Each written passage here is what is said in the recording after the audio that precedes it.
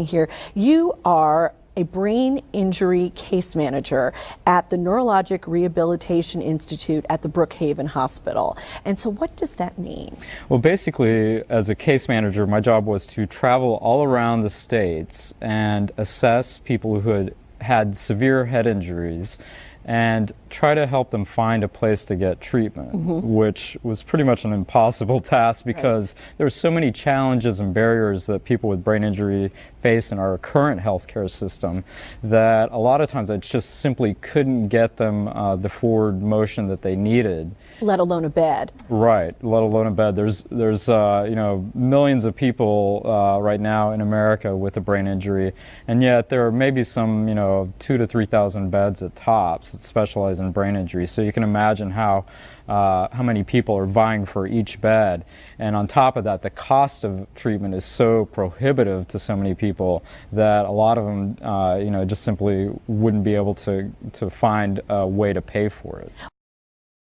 And that's aftermath. So even after the treatment, the lives of the people who have been treated go on with greater and lesser success. Right. You know, this is one of the complicated things about the injury is that because it happens to our most complex organ, it completely changes all of our plans for the future. It changes your relationship to everyone else.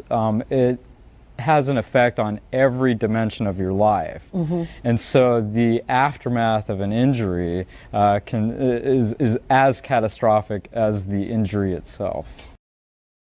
And so many individuals with brain injury look perfectly normal, and they have such a hard time getting people to understand that they're dealing with challenges and with injury and with things that happen after the brain injury, and that's a real barrier to getting treated sometimes. Well, it's not a new barrier. In fact, brain injury has been such a huge problem in America because of the way it's been treated historically. It's always been an invisible injury, and so because of that, people with brain injuries have often been sidetracked into either the mental health treatment route, and it's not a mental illness, or they've either been put into the developmental disability route, and it's not that either. So a lot of the problems that people face have to do with the fact that many states have created, and insurance companies as well, have created these policies that treat either mental illness or developmental disability, but they don't distinguish for brain injury. And so this has led to this, you know, systemic confusion that we experience and see today in our country. It's a big problem, and I know you discuss it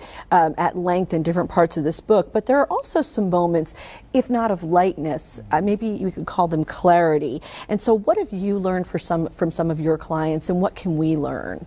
Well, probably the most profound thing that I've learned is that humans have an unlimited and boundless potential to come back from almost any atrocity that they can experience.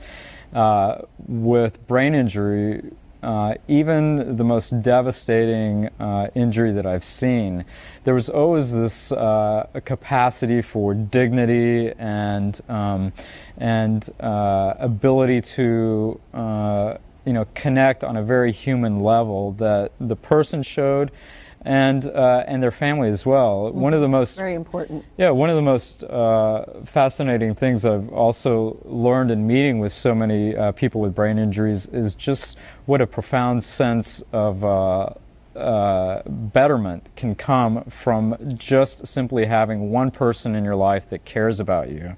I often tell people that that is the single largest outcome dictator that or predictor, I should say, that that you can see in the life of someone with a brain injury. If they have someone who loves them, they will do infinitely better than someone who is alone.